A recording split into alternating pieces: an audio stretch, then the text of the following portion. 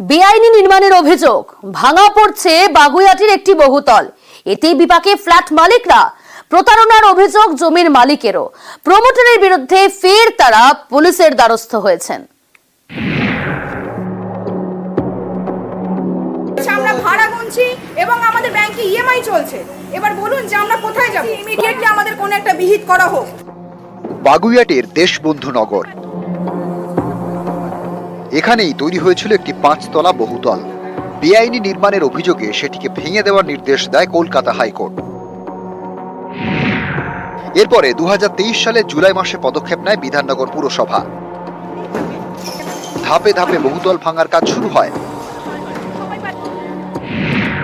এতেই বিপাকে 18 জন ফ্ল্যাট মালিক।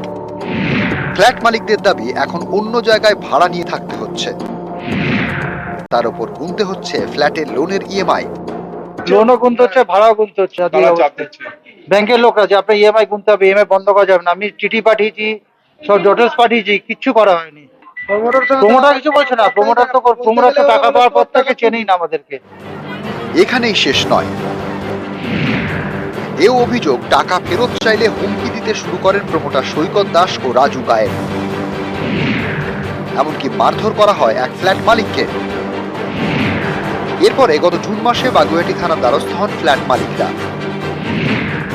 তারপরেও গ্রেপ্তার হয়নি প্রমোটার। উল্টে ফ্ল্যাট মালিকদের হুমকি দেওয়া হচ্ছে বলে অভিযোগ। আমাদের ফেলে ফেলে মেরে দেওয়ার পা ভেঙে দিয়েছে। থানা ডায়েরি করেছি, এফআইআর কপি আছে। এই সৈকত দাস এই প্রমোটার হয়। রেজিস্ট্রিতে আমাকে যে দিয়েছিল, চেক দিয়েছিল, সে চেকটা বাউন্স করিয়েছিল 5 লাখ টাকা। আমার সই না, আমার দাদারও সই না, আমার বৌদিরও সই না, পুরো জাল করেছে। রবিবার ফের ফ্ল্যাট মালিকরা পুলিশের দ্বারস্থ হন। পুলিশ তাদের জানায় অভিযুক্ত প্রমোটারদের খোঁজে তল্লাশি চলছে। অনুপ চক্রবর্তী, নিউজ 18 বাংলা।